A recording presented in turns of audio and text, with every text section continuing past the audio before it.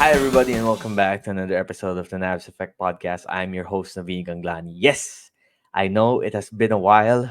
We only had one episode, I believe, in the last 2 months, and there are a few reasons why that is, but I am excited. I am energized. I am definitely looking forward to seeing where this podcast is going to grow now that we're back. I first want to thank a lot of you who messaged me on social media, on Instagram, on Facebook, asking where the podcast is, why we haven't done an episode in a while, and particularly those who really just expressed why they were enjoying the podcast and how they were excited to see a new episode come out soon. And yes, we are finally back. In a little bit, you're going to hear from Nico Rocha, a famous and often guest of this podcast. We're going to talk about what has been transpiring in the PBA Finals. Great series so far. I have been so excited in terms of watching how the games go. Will Meralco maybe change the PBA landscape if they can pull this out? We also discussed our updated UAP tiers and rankings. Who do we have at one, UP or LaSalle? Do we have Ateneo out of the Final Four picture after their off-season performances? UST, FEU, UE after the way they've played. Where are they? And you, Adamson, how do we see the picture early on? I know it's only June, but college basketball season is going to come soon. And also discuss a little bit about the Star Wars new show Acolyte, which I wouldn't say it's like wow, we have to watch it for sure just yet, but there are some promising enough moments in the first two episodes that make me very eager to see how the rest of the season unfolds. So we got into that. But yes, just a little bit of background. I haven't been recording episodes of this podcast recently for a few reasons. One, I started a new job. I have left Rappler. I've joined All Star Magazine as a senior editor. So just getting my bearings there. We've done some magazine cover video interviews like with CJ Cancino and Anton Asistio. Also been writing a lot more again. Features, breaking news, commitments, whatnot. If you missed it, I just wrote about Adam Nakai committing to the FEU Tamaraw, so check that out. Also, the story of how Alex Konov ended up in DLSU. So far, our most viewed article of the website in the early stages. So if you guys can check that out, the exact website name is all-starmagazine.com. And trust me, a lot of great content there. So please check it out, and a lot more to come too. And also just been going through some personal stuff lately in terms of family and losing certain people in our lives that of course forced me to have to reflect a little bit about where I am in my life and where I see my passion projects going, including this podcast. um Nothing can really make you reflect more and consider a lot of stuff that's going on in your respective lives more than finding out how finite life is, how everything can be gone in an instant. I don't want to go so much into detail about something my family and I went through recently, but it did open our eyes and we lost someone we all love dearly.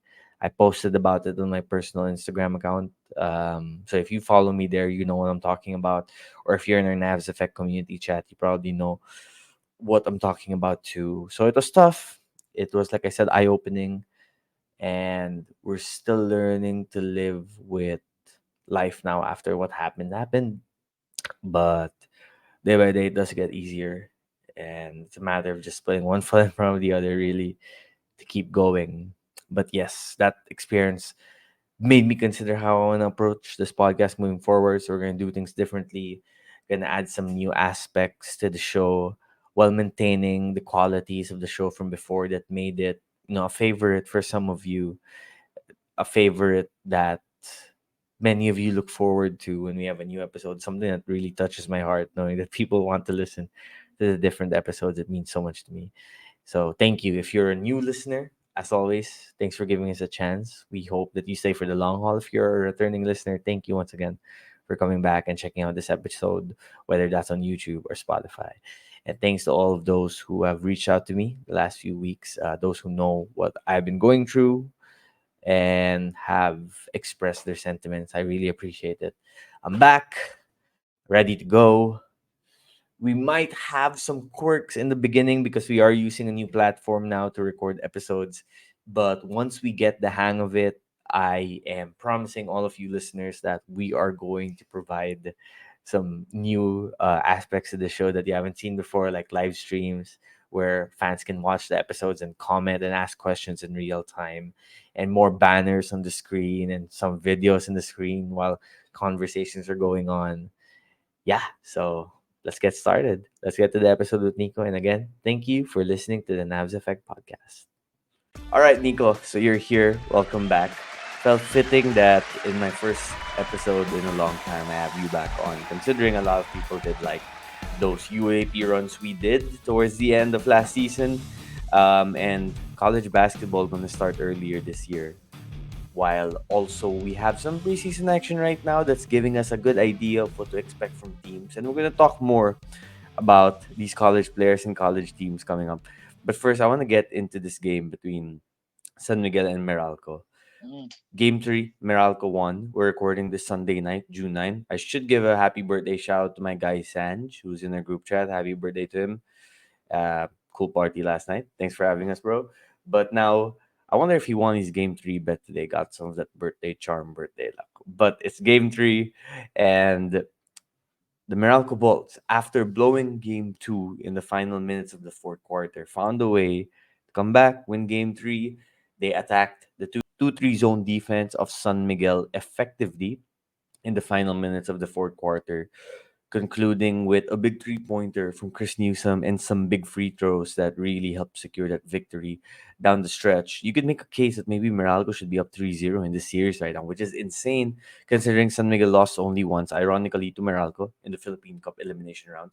And San Miguel has really dominated this conference for the longest time, even back when I was covering the PBA as a beat reporter in around 2013, 2014, 15 range. San Miguel was already really just destroying everyone at that point and dominating this conference, and they've kept that dominance for so long. And here's a team in Meralco really knocking on the door of giving a real fight to the beer men. They're up 2-1, like I said. Maybe they should have been up 3-0. And I feel as if a Meralco victory in the series would be so great for the PBA in so many ways. And it would be massive in maybe pushing the league forward into a more competitive stage and era that everyone has been clamoring for the last few years, hoping that the PBA will get back to that point. And this Bolts team, it's really good. They're defensively oriented. They're patient on offense. They swing the ball. They have good coaches, and they have a good fan base. And it would be nice to really see them maybe take that step and finally win a first championship after being in the PBA for, I believe it's 13 years now, 13, 14 years. Nico, you've been following the PBA season really religiously for multiple reasons, including your job as a PBA radio play-by-play guy. So, what have you found out so far about the both teams that are participating in this finals, and what's this finals doing for you, just as a basketball fan in the Philippines, knowing what the PBA has gone through the last few years? Well, when it comes to Meralco and SMB, I want to first start with Meralco. It's first with how in sync Coach Nenad and Coach Luigi Trillo are together, especially nung mga times na actually I think I remember in game 7 in the press conference when Meralco won, Coach Luigi I think started his statement with thanking Coach Nenad for being a key factor or crediting him for how they outlasted Ginebra. And till now, kitang-kita na hand in hand sila. They're working well together. And since I was watching live a while ago, shout out to Rocio for giving a ticket a while ago to be a witness to that game 3. It's you can hear since I was stationed behind. What do you call this? I was stationed behind the Meralco bench, and you can hear that whenever it's offense, it's mostly Coach Nenad with a hint with the sprinkle of Coach Luigi, and then pagdating sa defense, it's Coach Luigi's the one barking the orders. So ang ganda ng chemistry nila. I think that's one thing that people don't see is that this coaching by Meralco is the one elevating them to how they performed in the regular season. And not just that, it's also how Chris Newsom has completely looked like a different player here in the finals. Chris Banquero after Aaron Blackas went down also stepping up. It's just that you can definitely see yung tiwala nila sa system that they try to that's being instilled with them by the coaches, how different they adjusted from the Ginebra series to now with SMB. We're in from what I've seen. is to tire out Junmar and make sure that the other players beat us, but not gonna it's not gonna be Junmar. Like kanina, Junmar only had 5 shots. Now 5 shots in the game 3 of a finals. And that's because that was by design. Every time Junmar has the ball, ready for a double team yung Meralco. Kaya nakita mo na both out 2 had 19 points, Geronte had 12. CJ Perez always gonna get his shots, but he's also 6 for 19. So they want to get Junmar out of his groove early on, get him tired in the process para pagdating ng end game, he's in a funk. Wala siya sa flow ng offense. Look at that, 2 for 5. Mas maraming shots sa Geronteng. I mean, Geronteng, respect to him. Batchmate ko yan. We're batchmates. Not that it helps. But I'm saying that if Geronteng has more shots than the 7-time MVP, something's wrong. And that is a credit to more onto the credit to Meralco's strategy and how quickly they adjust. You mentioned the zone defense, diba? Usually, some teams would take a day or a game later to adjust to that kind of zone defense.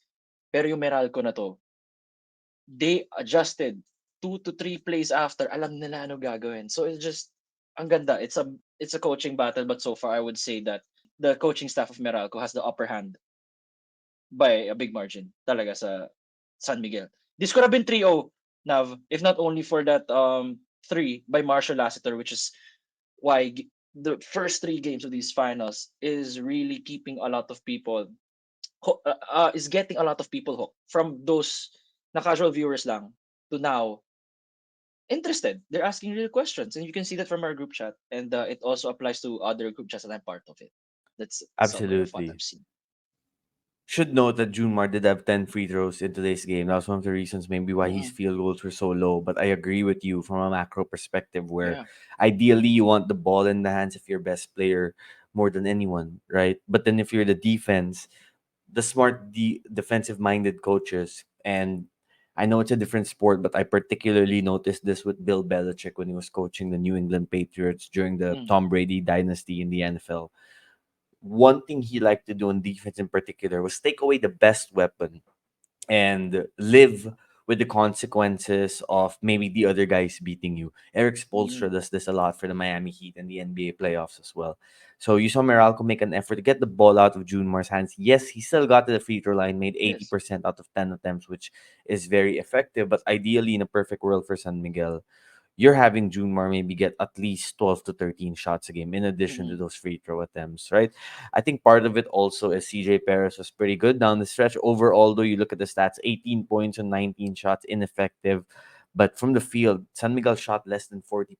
And it's been that mm, stingy Ginebra defense that has really been a game changer for the Bolts in this possible title run. Even back to that game 7 against Meralco, Nico, the way they against Ginebra, sorry, the way Meralco shut down Ginebra in that second half, ibang klase talaga. just Oo. making it so hard, swarming the basketball, sending help defense and recovering, providing weak side help, and just taking up so much space. And you have someone like Brandon Bates who is coming off the bench and just providing solid minutes. They 21 points, only 21 minutes, only 2 points, but did have 5 boards and also was just, a defensive presence on the court, someone that will make San Miguel's players think twice of attacking the rim.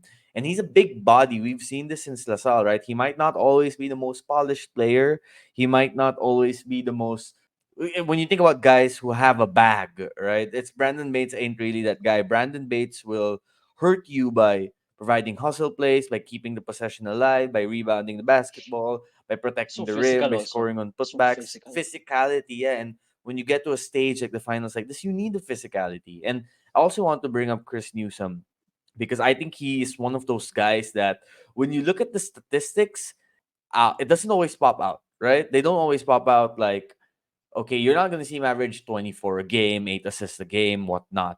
Like even this conference, I was looking at his stats, he was averaging 11 points a game, but he's been so solid since that semis against Ginebra, where I think in the first game alone, he had about 16 points in that win, right? And today, he didn't shoot so well, 3 out of 15 from the field. But in addition to those 10 points, he also had 6 boards, 6 assists, and he's defensively oriented. He knows when and when not to be aggressive on the defensive end, when it's time to maybe turn it up a notch, when to attack. He has a trusty floater. I think he's a better 3 point shooter now. And we can't forget Chris Newsom in all of this. I mean, I was reading somewhere, I heard somewhere, I think it was the panelist on the Pilipinas Live app for the PBA game today that said Newsom hasn't ever really won a championship, whether that was in Ateneo, in a college, and then not now in the PBA. He's been with Meralco his whole career. Today, it's 26 points, 7 out of 17 from the field, got to the free throw line 11 times, 4 boards, 4 assists. And he went 3 out of 7 from downtown. That's an area of his game is shooting that people have always wondered, will he ever really be good at that, right? But he stayed with Meralco. He's been with one PBA franchise since he was drafted after 2 stellar seasons with Ateneo. And to see maybe win a championship after so many tries with the same team, after so coming close so many times, I would be so happy for him.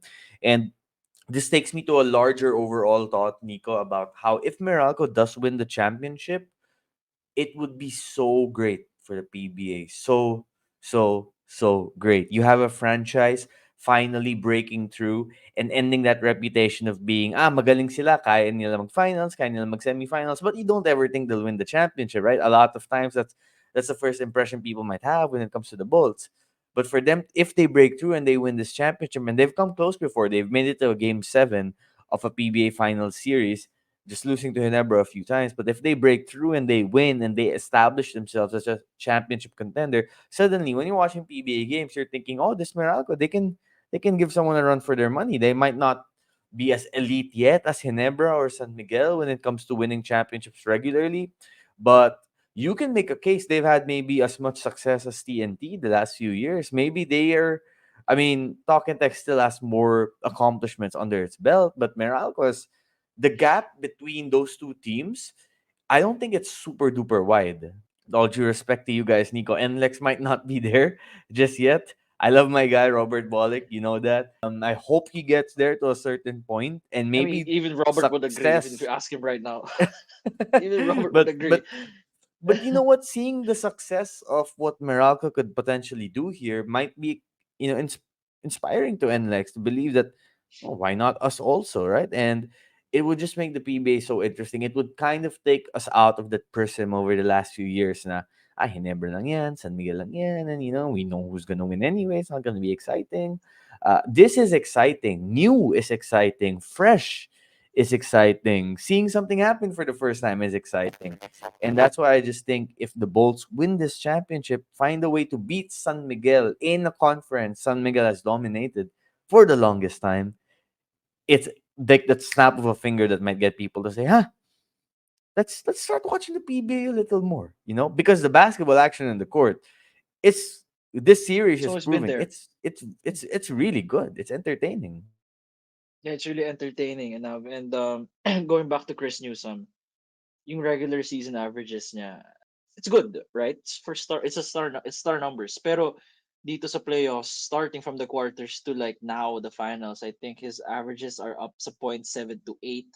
Rebounds and assists are up by 2 to 3 points in terms of the averages. So iba talaga, he has turned Herculean in the in the playoffs, and it's really a nice story. He is gonna be the story of this series if they win.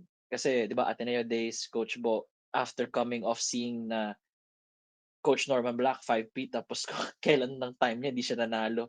Kahit nagna number 1 seed yung Ateneo hindi niya. So he's been used to the heartbreak, but so far it's trending to the side of Meralco again. It's like it's like a seesaw with how we're seeing this series is turning out to be. And I agree with Meralco. They have the pieces naman talaga. They're just always on the other end of the spectrum when it comes to the game winning shots. Ang nangyayari sila yung like yung Justin Brown, di ba merong the shot version yung Hinebra. Sila yun eh. Sila yung on the other end of that eh. Yun yung first championship ata ni Brownlee with Ginebra, correct me if I'm wrong. Pero yun yung Allen Durham, tapos first year ata ni Brownlee and is against Meralco. And this could be the year. Hopefully. I hope we don't jinx it kasi, I mean, I'm not supposed to have favorites, pero I mean, it's a series. You can have favorites here and root for somebody. It's the last two teams anyway. I'm for Meralco even though I have close friends from SMB na yung mga anak ng coaches and everything, but you just gotta root for the underdog. It's I think it's a Filipino thing to do, and I think it's something that how us humans are naturally drawn to the Davids of the world. So I'm really invested here in this series. There's so much X's and O's. I mean, for the basketball aficionados, with how much adjustments that's happening, you can see how different game one is from game two from game three. I don't think we saw a bit of zone defense from SMB nung game 2 wala masyado from what I remember. Tapos sa game 3 sabi ko, oh, nag-zone nung second half or parang nag-sprinkle sila ng zone ng first half and then a mix of it on the second. Actually, a lot of zone in the second half. But yeah, I wonder how things are gonna change now in game 4, which is gonna be crucial. What surprised me a lot about this series too is how Meralco has won the rebounding battle against San Miguel, Mm. and that I haven't really followed the both teams religiously this conference, so maybe it's not that much of a surprise. But given that San Miguel has Mo Tautua, June Fajardo, Chrysos, Marshall Lassiter, Perez, these are guys who are actually good rebounders for their size as well. But you look at the other side of the court, Meralco, Almazan with 13 boards, Cliff Hodge with 13 boards, and in addition to that, also he got Bates, like I said, coming off the bench, 5 rebounds today. And it's on the offensive side of the rebounding department where Meralco is really hurting San Miguel to 22 offensive rebounds today, which led to 22 second chance points. Again, 22 offensive rebounds for 22 second chance points and 20 points for Meralco of the turnovers of San Miguel. Overall, San Miguel had 15 turnovers, and Meralco capitalized on that by scoring 20 points off those miscues. So they're doing the little things, forcing mistakes and then capitalizing on San Miguel's mistakes so that they could maybe get back in the game or extend their lead. And then on top of that, too, the hustle plays. Draymond Green has said this in his own podcast where the key to winning when you get to the finals, deep in the playoffs, is you need to win the possession battle because both teams are really good if you get to the finals, right? So who could make those extra hustle plays, those plays that you see out of nowhere, like diving on the floor or tapping the ball out, keeping it alive, and giving your team more possessions for more chances to score? All right, I'm going to talk to Nico more about the PBA. Well, we're going to ask him a little bit about his experiences on the call. But first, I want to talk to you all about Whaleco. Now, they are a local supplement brand, perfect for your workout needs. You need protein, they got you. Keratin, they got you. BCAAs, they got you. Pre-workout, yeah, everything you need. You need a shaker too. They've been in the Philippines for close to a decade now, locally produced, locally supplied, awesome, awesome people. And their flavors, I kid you not, their flavors for their whey protein just to die for. I mean, we do know that good diet supplements good working out, and also that if you want to see the best results, if you're trying to transform your body or get stronger, you need protein. You need to build muscle, repair some of the muscle that was, broken down when you were working out, so it comes back a little bigger, maybe a little more defined, and also just for great nutrition. So I particularly like the strawberry milk flavor that Whale came out with recently, and I also like the ube flavor. I think that's really fun. So why don't you check this quick message from them, and maybe it will persuade you to give them a chance as well. I like the way you kiss me. I can tell you miss me. I can tell it this. Not trying to be romantic. I hit it from the. All right. So do check them out. Whaleco. We'll put the link to what they do on the description box. Again, your protein needs, supplement needs, they got you. Okay, Nico, you have been doing some PBA radio work for a while now, and it's great to see you get this opportunity. Of course, it's something you've trained for, something you've worked hard for. And when you're on the radio, you get to go to the games, you get to go to the arenas, talk to the people. Of course, you work with PBA team as well as part of the social team. But the radio call, just how has it been like for you, the experience overall? So masaya sa radio, bro. Like it's a different kind of challenge since it's really you have to be really descriptive when it comes to what's happening on the court because compared to usual coverage, you would know this now. In the usual coverage in basketball, you can afford to not do play by play all the time. Like yung pass to ganyan, pass to ganito. You can insert some stories, right? So radio kasi, really have to be descriptive. You have to tell the time and the score every time there's movement. I would say I really got a lot better after my radio stint kasi ang hirap mahirap gawin yun, eh, yung parang not to toot my own horn, but I'm just saying na when they said na it's gonna be hard going to radio kasi it's a different kind of challenge, but yet at the same time it's fun cause it's the PBA. I know all the players. Tapos, alam mo yung this is like the league, right? This is the league for us here in the Philippines when it comes to basketball. But it's such a great experience getting paired as well with great analysts like Coach Ryan Gregorio, Alan Gregorio, everybody out there na naging analyst na who's up there in the commentating world. I was blessed to be partners with. I learned from them and giving me their knowledge, and actually becoming friends as well. That's why I never thought that I would be chosen to be part of the anchors for this conference or at least this season. Hopefully they consider me next season which begins in August. And again the personal goal for me is dun sa PBA Rush, yung TV, yung ano talaga like yung live, yung how sina Carlo Pamintuan are right now, si coach Attorney Charlie, Kuna, Sir Sev. But saya bro, masaya talaga siya with regards to doing the play-by-plays talaga. You learn eh. Alam mo yung it's not boring kasi natututo ka. You get better. You learn how to mix things up. You cannot say the words.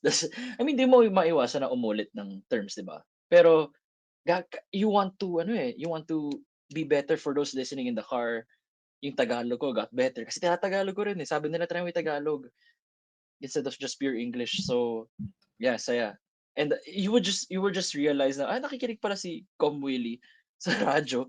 Mga ganun, magugulat ka pa, oh, kala ko ano lang. It's just a small select of people, but everybody listens when they can. You don't know who's listening. That's why. Well, pagdating naman sa no bias, matagal na yan. Eh. I mean, I've been doing commentating for a year, and I think that's our parang foundation. No? Never be biased when it comes to. So, nandala ko naman ngayon. Never naman ako sabihan bias as of now, as yet, knock on wood. But masaya, it's great. Talaga, I have no words, man. It's just the connections as well, learning from everybody. Yeah, for sure. And you're doing a good job. It's well deserved, of course. And it clearly is something that makes you happy, something you're passionate about, It's the which basketball. is what we always try to preach, yeah, in this podcast ever since, right? It's about chasing your passions, chasing your goals, and making the most out of it every day. Definitely. And a lot of good videos you've been posting on YouTube and TikTok as well lately. A Yeah, lot of the breakdowns, like the one in yeah, Ateneo and it's fun. UST. I think I was watching the Starbucks breakdown you made earlier on TikTok. So apparently you do Starbucks breakdowns now also. Had The no new flavor idea sila this was eh. a new had a new idea, had no idea this was a new career path you were pursuing. So props to you for that. I'll be waiting for your I always wanted to I'll do like mixed stuff on TikTok. Pero YouTube is really niche eh. Sa TikTok yeah, kasi they yeah, still push it kahit like you delve into the movies like we do. algorithm, 'Di exactly, ba? yeah. Sa TikTok they Yeah. kinda, "Sige na nga, maganda naman yung review mo, papabigyan namin ng views." Sa YouTube talaga from 'di ba 5K, 3K. Tapos sabihin natin gagawa ako ng review on food, 10 views lang siguro yan, 15. Medyo unforgiving ang Yeah. YouTube talaga pagdating sa niche. Pero sa TikTok sabi ko, I like food. I like doing comments on this stuff. So ginagawa ko. You do that. Awesome. Ikaw Yeah. rin na I in a way think na ano I ko sa'yo, think sabi ko ginagawa to rin, gawin ko nga kaya. I think Instagram is kind of like YouTube in that regard also, no? Na parang Very niche, 'di ba? eh, yeah, it's funny actually because who coined this term? I think it was someone from one of the people in our all-star meetings before we made the publication. We were discussing social and plans and activities, and they were whoever that person was, if I can remember correctly, essentially was like yung YouTube, yung Instagram, Twitter, even to some degree, it's almost like that needs to be curated a certain way, right? Mm, Pushed to a certain method. stuff. Pero yung Facebook and TikTok, pwede mo gawin parang chop suey yan minsan eh, Oo, where it's tsaka a sa mix of yun. different things. Oh, chop suey. I mean, it's a funny Oo. term, diba? But it makes sense. All right. Speaking of, well, not chop suey, but Wait, speaking if I of may add, plans, yeah, go for it it, go for it. nawawala alam mo yung hindi ka nabu-burnout kasi hindi puro basketball, eh. Gusto ko sa TikTok, gusto kong i-review yung bagong burnt caramel oatmeal. Ito yung gagawin ko. Pake ko sa araw. Like, in my, for myself, it's like, oh, nice. For able to sure. kind of relax, diba? Yeah. For sure, yeah, for sure.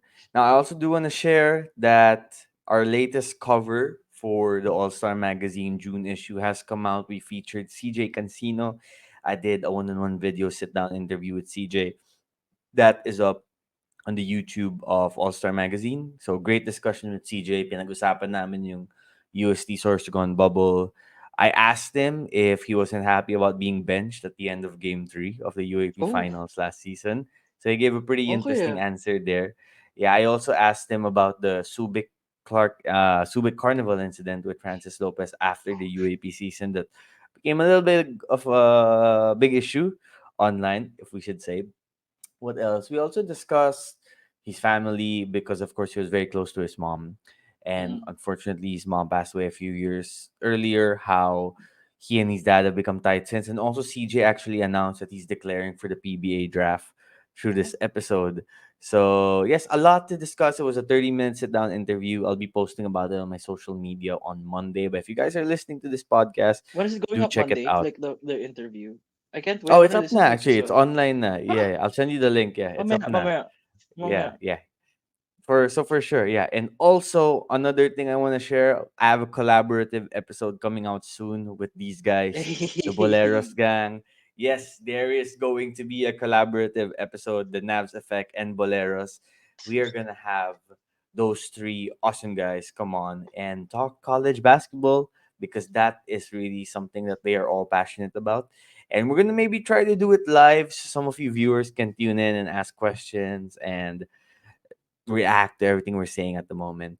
So a lot to be excited about and a lot that I am looking forward to implementing over the next few months as this podcast returns.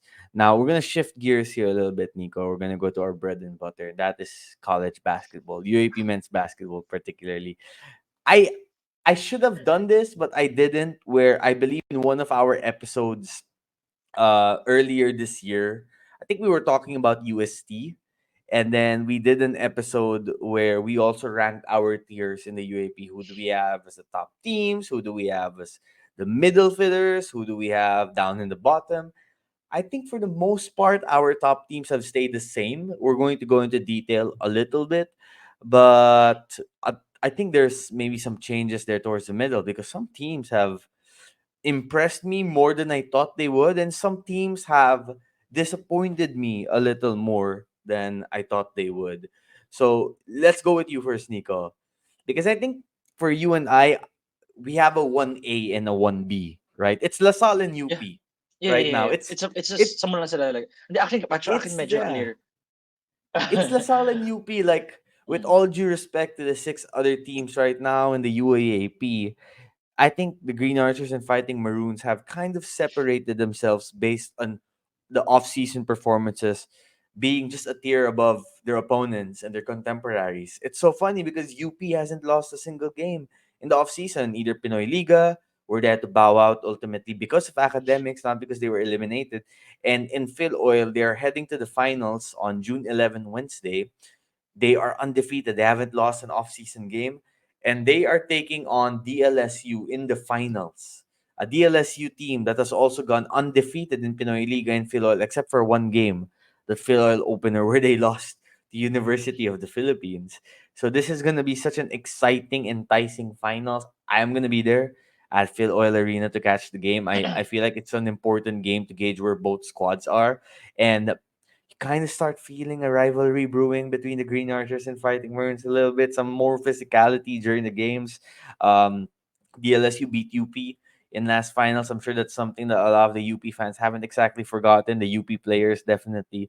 But to me, right now, I would still put LaSalle as my 1A for two reasons. Okay, for two reasons. One is because they are still the defending champions of the UAAP. So I feel like because of that accomplishment, I will give them that respect. And two, it's because I think they still have the best player in all of college basketball in Kevin Kimball.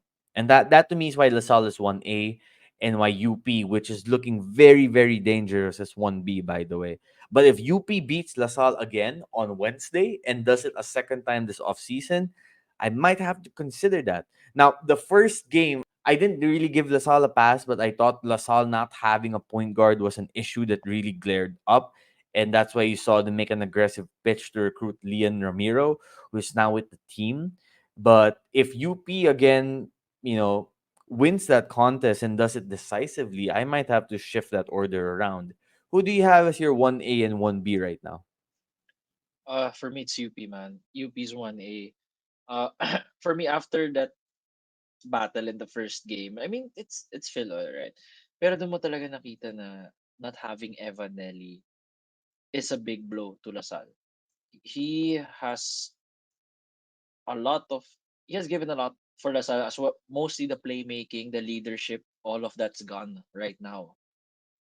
It's a matter of who's gonna take charge. I mean, that hole in the point guard position is really big. It's not as what do you call this? Hindi lang siya as advertised na how big it really is. Pero malaki talaga yung walang kawalan si Evanelli. So far, Lian Ramiro is doing an okay job in filling in. But the playmaking really has to improve, get these guys in line. And I don't think you can do that in 1 year. Kasi yung kay Evan, that's how many years of just gaining the respect of his teammates, getting them to fall in line. And I feel like that's be number two to UP in our rankings, at least in our rankings. I could be wrong. It's only June. The season starts September.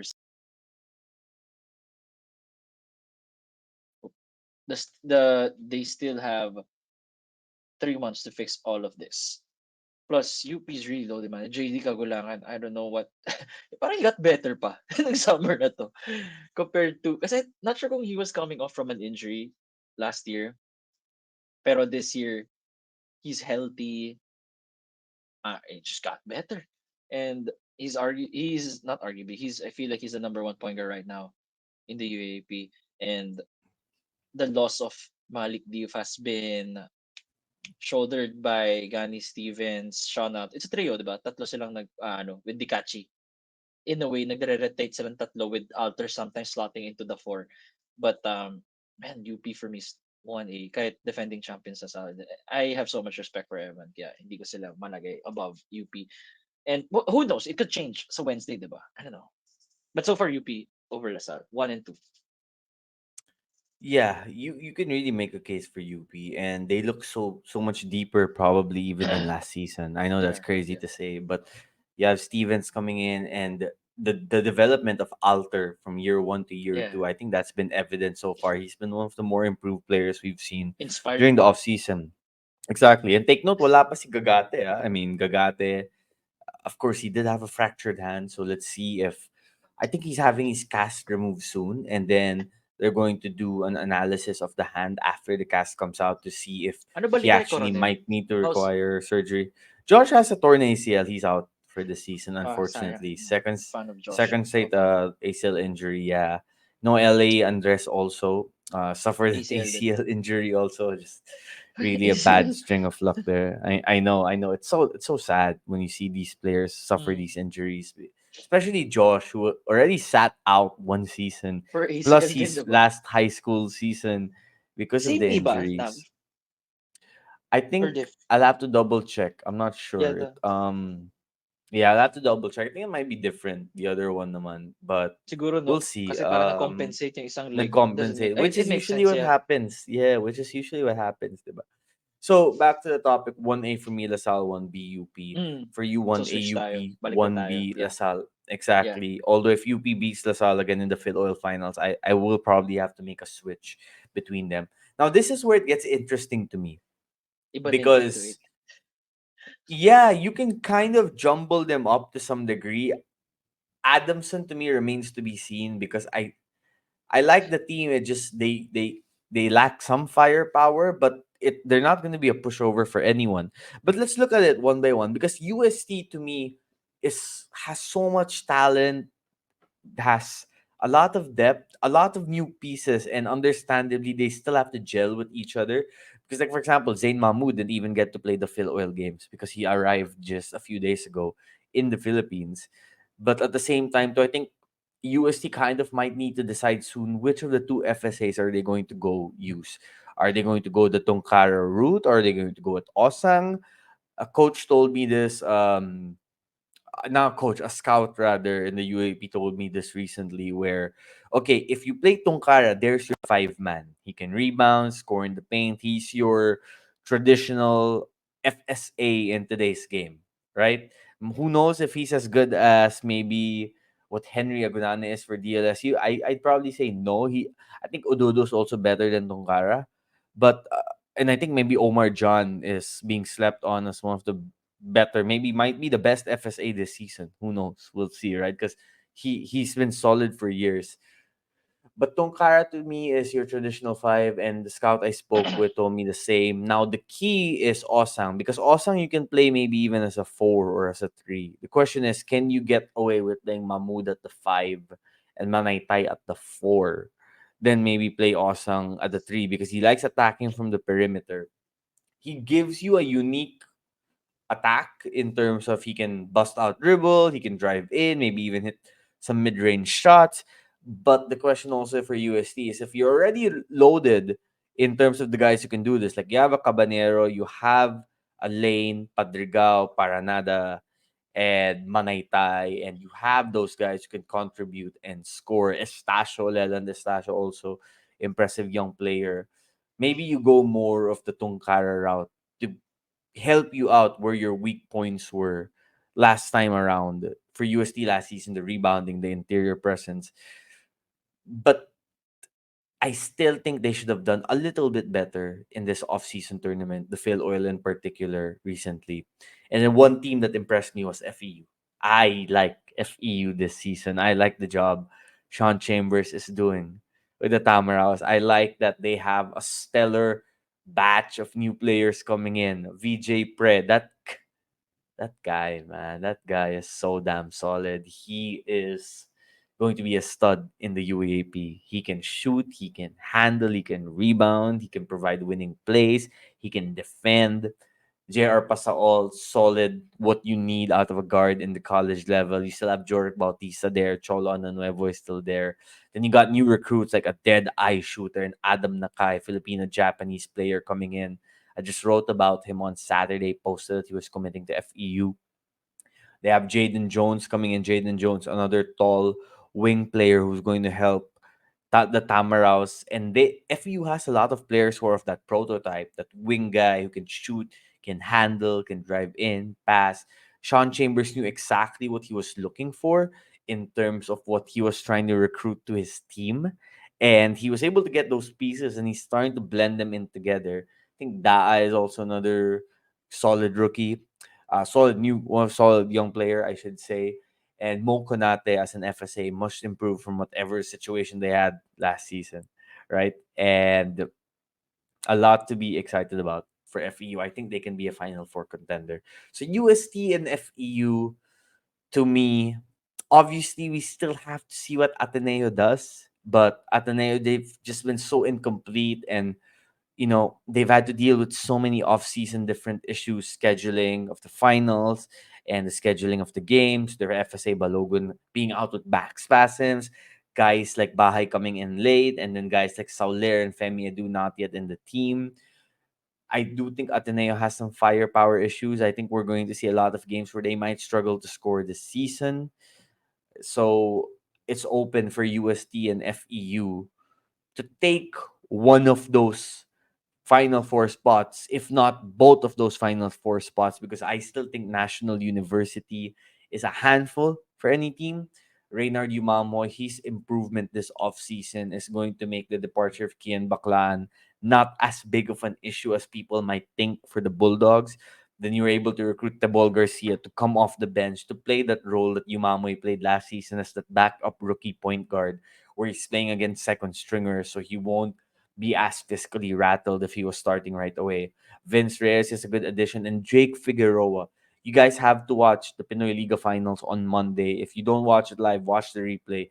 NU is facing LaSalle. Jake Figueroa and Ian Manansala. Just in terms of like wing combos in the UAP, Figueroa and Manansala are as big time as it gets.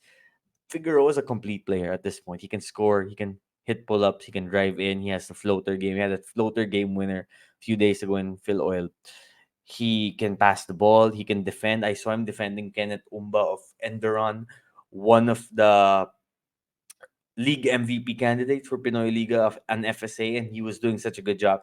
And Manansala also solid, rebounding, scoring, has a better 3 point shot. So I think NU is going to be better than I gave them credit for initially after Baklaan left.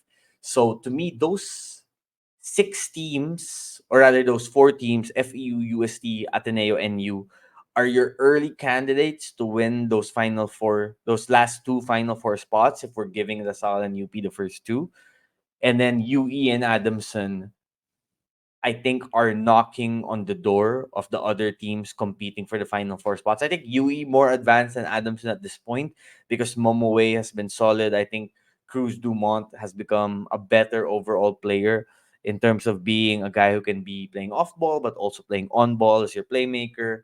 And I think John Abate has really shown good glimpses this offseason so far. So I think UE is also solid. Adamson, I just feel like Coach Nastrosella figures something out every season. I just wonder if the lack of firepower will be a problem come the UAP season, but I wouldn't count them out that early. How about you, Nico? How do you portray the rest of the league right now?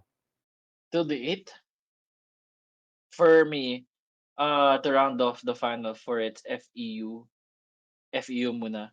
They're number three because of grabe si VJ Pre and JR Pasaol. That's a those are it's a great combo, rookie combo that I haven't seen in a long while.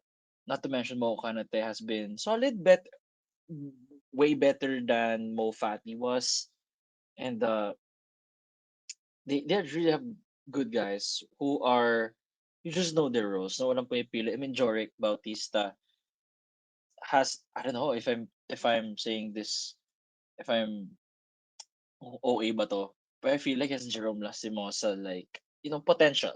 I'm not saying he's Jerome now, but he has that. He can be that guy. That's FEU for three. Four is UST for me with my power rankings in the summer.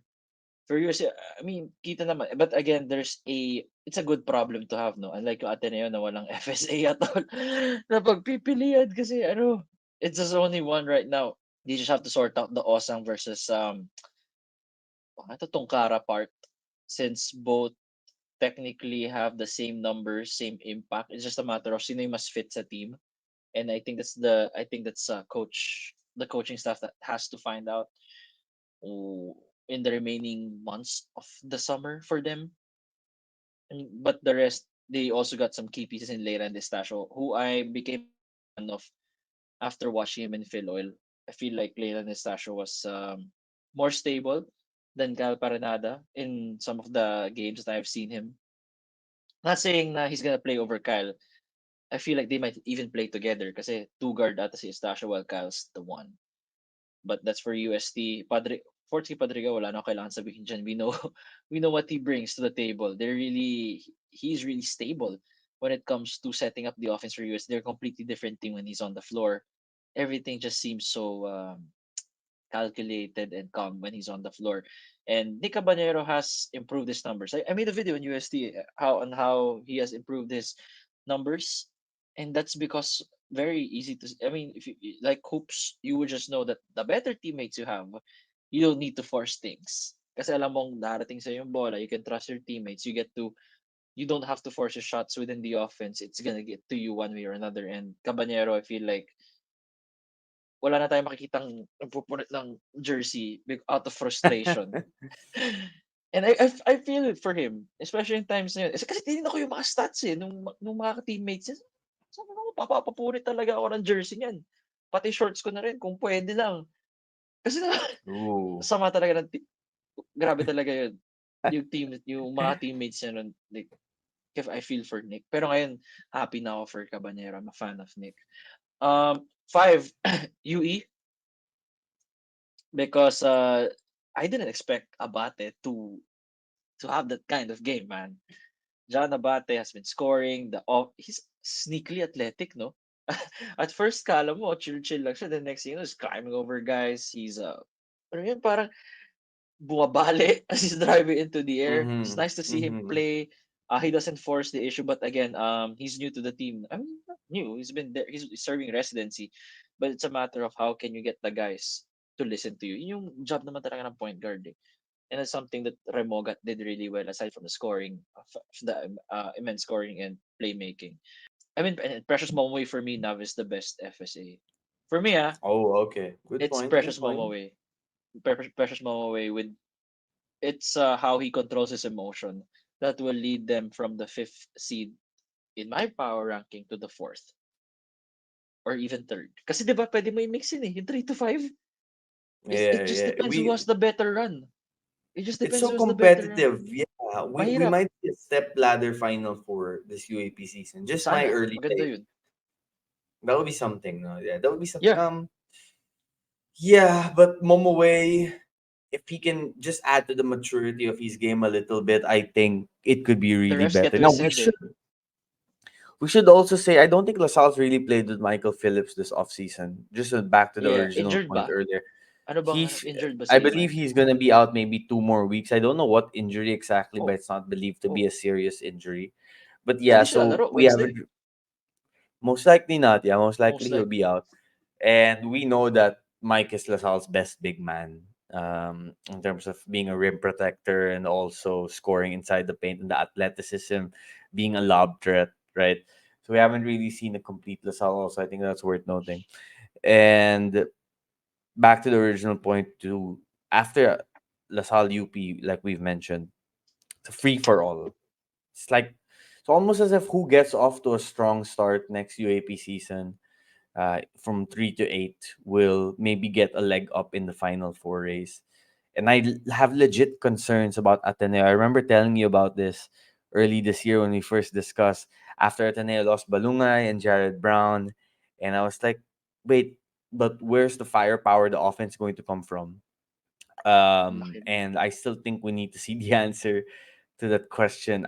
Ideally, from Mason, you like Mason to take a big step and become a really, really integral part to the offense. And I think he can be.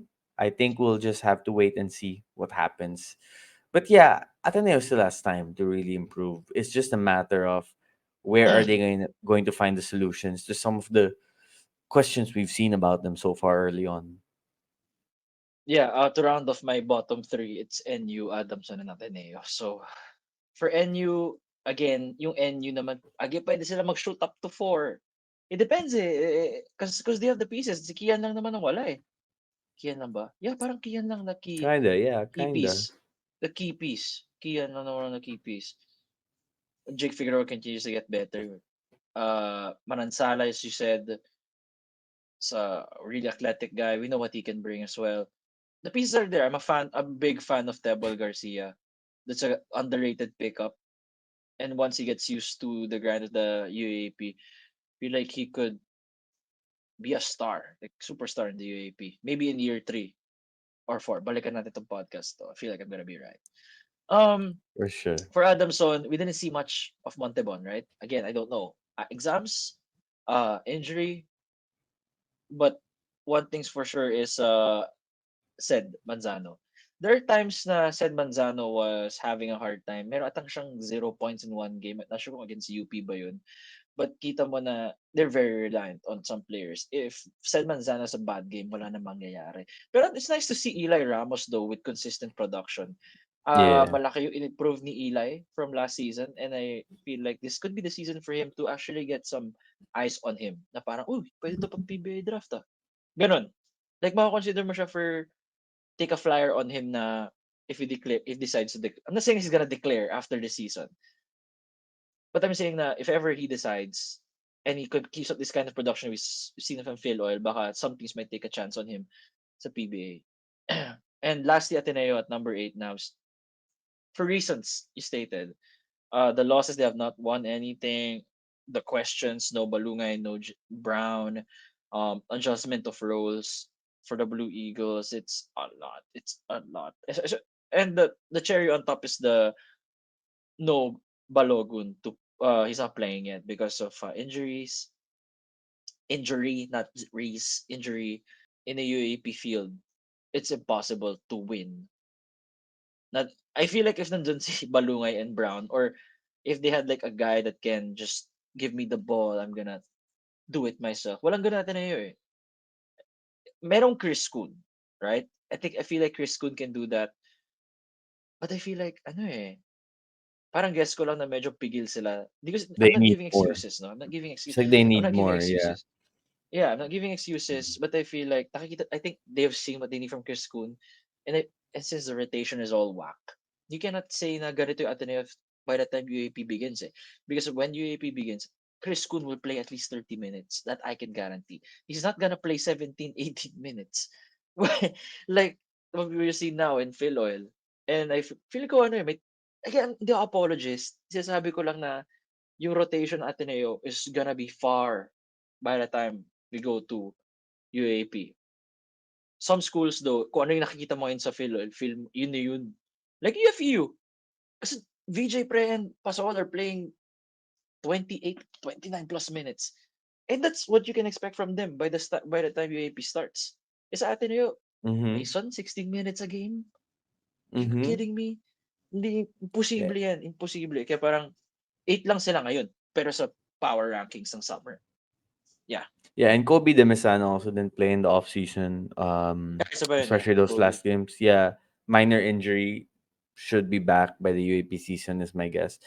I did like this. I did like those minutes from Christian Porter. I like how Jared Bahay Ah, started finding more confidence in the final games of Philo. So let's see. They're in Australia yes. now. They're starting their off season travel plans.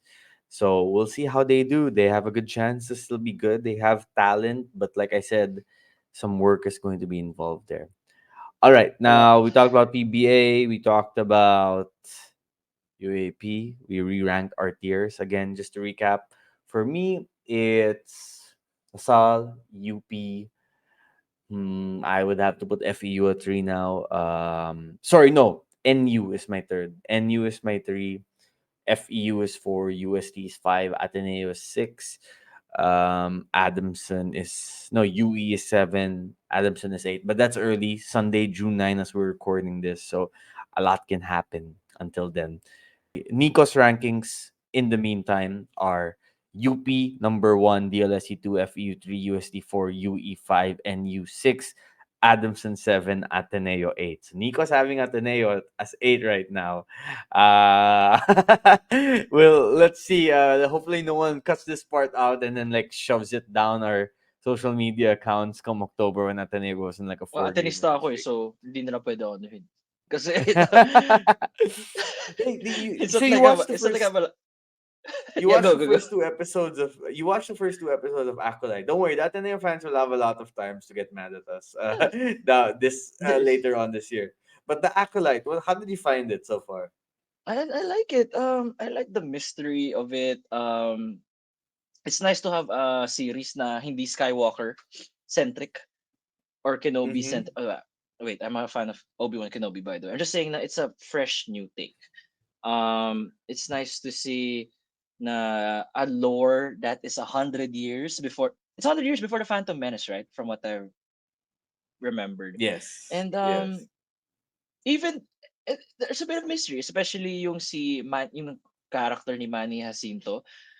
Medyo hot take, but I feel like he's the Sith guy. Yung nandun sa ano, wait, is this spoiler free?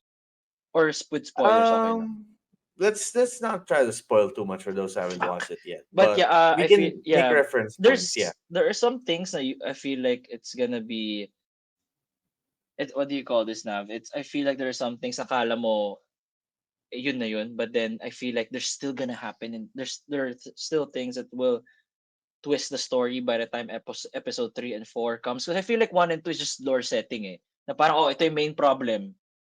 But there are still a lot of things happening in the background. Like sinasabi, merong part doon na, let's say this is a non-spoiler thing na, like, you get mo yung motive ng villain, right? Gets mo yung motive niya, Mm-hmm. si Mm-hmm. May. Mm-hmm. We can give the names, si May.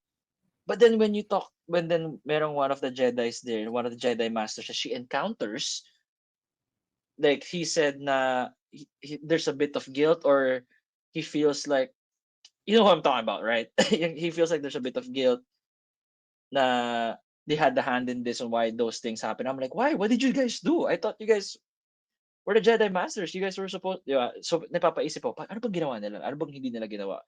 So I like, I think it's very refreshing for me. I like it. I think it's an 8 out of 10 so far. You guys should start it because it's completely new. For those who don't really follow the Star Wars series, this is one na you can start off like a clean slate since you don't have to know what happened to Anakin because they were still not born yet here. Palpatine was not even, was he a kid here? Or hindi pa siya, basta hindi pa siya Sith guy. Hindi pa siya Sith. Si Palpatine. It's a whole new cast and it's gonna be fun. It's for new fans na. I feel like this is the perfect na. Pwede kayo mag-enter dito. Try to get Segue, yeah. interested in this. Yeah, oh, 'di ba? Yeah, I Hindi ka I reliant sa like ibang ano eh. I like that it's set, I believe, about maybe 150 years, if I'm not mistaken, before the events of the Basta Phantom 100 plus Menace. yun. Oo, parang So 100 we're plus. exploring a part of the Star Wars lore where, okay, we have reference points because, especially to those who read the High Republic series, the book series Star Wars came out with a few years ago. This takes place not that long after the events of that book. In fact, there's a character from the book series that made an appearance in the first two episodes of the Acolyte, and that character, if I recall correctly, is Vanessa Rowe, who's played by Rebecca Mm, Henderson. Minister Rowe. But yeah, we're at the golden age of the Jedi, and I think yes, there's it's evil versus good versus evil, and you have the Jedi, and then you have this mysterious new force that not force per se, but like this mysterious new force trying to counter the Jedi and bring them down. And I feel like we get to see the political side of things also in terms of what the Jedi's play in terms of the main galaxy's political scheme and where they are and how they have to do things because of certain appearances. And I'm really enticed by the main character played by Amanda Stenberg, Osha, and May. They are there. This is on Wikipedia, so it's not really a spoiler. But there are two Yeah. characters Go. played by this actress. Exactly, and you can really see the disparity in terms of the portrayal of these two characters, and that's a credit to the actress. Again, name of the actress, Stenberg, Siya for si Rue. displaying She the was different Rue sides of in it. the Hunger Yeah, and Games. there's a lot of backs. Yeah, exactly, and there are a lot of backstory moments that they look back to in this first two episodes, because knowing the first two episodes have come out so far in Disney Plus. Check it out, especially if you're a Star Wars fan. If you're not, I think you'll enjoy it. Reviews so far have been in the middle. A lot of Bakit nga? review I like it. sites seem not so happy about it. Hmm. Some seem thrilled by it. I think 2 episodes is too soon. Other, critics have watched up to 4 episodes, if I'm not mistaken, especially in the US. But I'm excited to see where the story unfolds. I'm excited that we're going to have a Wookiee Jedi, like in live Oo nga eh. action. Yeah, Magkaka-Wookiee right. Like Jedi. Oo. Pero a too bad, Wookiee ano? Jedi. We're gonna get there. Was Yeah, yeah. Let's not spoil it first. But yeah, we yeah. have a Wookiee Jedi. I really wished we got longer sequences with the character played by Carrie Ann Moss, which was Indara, who seemed like really, Oo nga, parang um, yeah. I gusto wish there mong were bilis. longer Like, sequences. at least like half Yeah, of the but episode, no? yeah. I wish It there was were an more. opening You scene eh. know. So what yan? Bakit ang bilis? Okay. Well, yeah. But I like to see Did you where like it? this story Did is you like the first progressing. two? Like, just I keep it to the liked it. first two. You will like it. You I like it gave it naman. like an 8 out of 10. Parang I 8. wish Okay. there was a little. I wish there was a little more lightsaber and lightsaber action. I think we're gonna see that towards the later parts of the season. But also one of the keys that are being promoted here, key themes rather, is the ability of the antagonist to try and hunt down Jedi without using a lightsaber to beat them by using other ways. So I feel like creatively that's a very interesting part of the show that I want to follow. How does someone who might not be trained in the lightsaber arts like a Jedi is win in battles against Jedi in their mission to defeat Jedi, right? So that's going to be a key point, but I still want to see more lightsaber and lightsaber action because entering, the series, like the month leading up to it, it was something that I would hope would be close to what Knights of the Old Republic was, the old Star Wars video game, where it was a time of Sith versus Jedi. I don't think this is exactly what it's going to be, but I think we can get close enough where we see that kind of conflict, even if it's not Sith versus Jedi, Jedi versus, an acolyte or whatever the bad side wants to call themselves here, and see the character progression. I want to see more about the character of Sol, who is played by Lee Jung Jae, and it reminds me a little bit of Qui Gon Jinn from the Phantom Menace in terms of Yung vibe character, niya, personality trait, yung yung vibe niya vibe. ganun, eh. Exactly, exactly. So funnily enough, he actually had to work on his accent for this role, and you notice it a little bit in the first two episodes, but he still does a good job. And the first two episodes to me was more of character building, character progression, trying to develop the characteristics of who these characters are we're going to follow. And I hope subsequently we see more action moving forward. But it's promising. I like it. And I'm going to keep watching it, not just every week, but the actual day it comes out. That's how I know I'm gonna probably like a show. The day that it comes out, I'm going to be watching it. And in a few weeks, we're gonna have House of the Dragon as well, Uy, season two, coming out the The Bear same din, week as the Acolyte. Exactly, the Bears. Tremendo. And I still need to catch up though. Not done with season two of the Bear yet, so I'll take some time catching up on that. But yeah, I like the Acolyte, and it's one of the Star Wars projects I was the most excited about, along with Kenobi and Ahsoka when they first released the slate. And I liked Kenobi. I didn't love it, but I liked it. I liked Ahsoka a lot, in part because I was a big Rebels fan, Star Wars Rebels. So that's why naturally I liked Ahsoka. I think it was also good, but not. I think it was great actually, Ahsoka, but not perfect. The Acolyte so far, it's chill to me. It's good. Remains to be seen. Too It's early to good. tell, but Hmm. I like the promise of it. Yeah, May gripe lang ako. They named go lang. the Korean character Soul. I was like, Soul Korea? Like really? You guys could have made it different. Diba sobrang stereotype. Wala ba kayong maisip? Diba yun ang Soul? Tiranggal niyo yung E. Diba SOL yung name, yung spelling niya? Yeah. Ginawa SOL. Yun lang yung gripe ko lang so far. But I like the character. It has Qui-Gon vibes, but he's not exactly Qui-Gon. It's like maganda yung ano niya, compassion niya sa Jedi considering na 'di ba the Jedi are very we know them as very black and white. Si Saul ano eh, stick in Mm-hmm. the middle. Kind of like Mas maganda Qui-Gon. yung Yeah, ears. exactly. Yeah, maganda They're yung like you pag-kill can ng feel the layers nila. goodness naturally, but you Mm. can also feel the emotional intelligence not being subdued by order or obligation. By the way, should notice that Leslie Headland, Leslie Headland, I'm not sure how to pronounce it. I'm sorry, but Ma'am Headland, the creator of the show, actually hired Lee Jung Jae as Soul in part because of his performance in Squid Games, Good game. where yep, he stood out definitely. Yeah, for $180 sure. million budget show. Uh, That's Star Wars: big The bang. Acolyte this first season. That's big That's bang. pretty big. That's big Uh, budget. Yeah, exactly.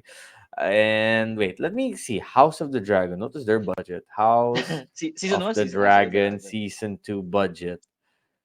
Let's Okay, see. wala pa ata sa season 2. Season Uh, 1, 20 million per episode. So 200 Ilang million. episodes ba yan? So Ah, I think it tama. was So 10 it's within episodes. that Yeah. ano. It's Yeah, within the so it's a high upscale, high production high value. ups in. Oh. And the production value is good naman talaga in terms of the graphics, the designs, the sound effects. I love it. I love it. It's just a storytelling. I hope that it's something that continues to improve and something we really enjoy. All right, Nico. Hey, thanks so much for joining me, man. I appreciate it. Keep up the great work. And I'm looking forward to having more of these episodes soon. And I'm looking forward to having you on again. College basketball season's coming up soon. PBA Finals going on right now.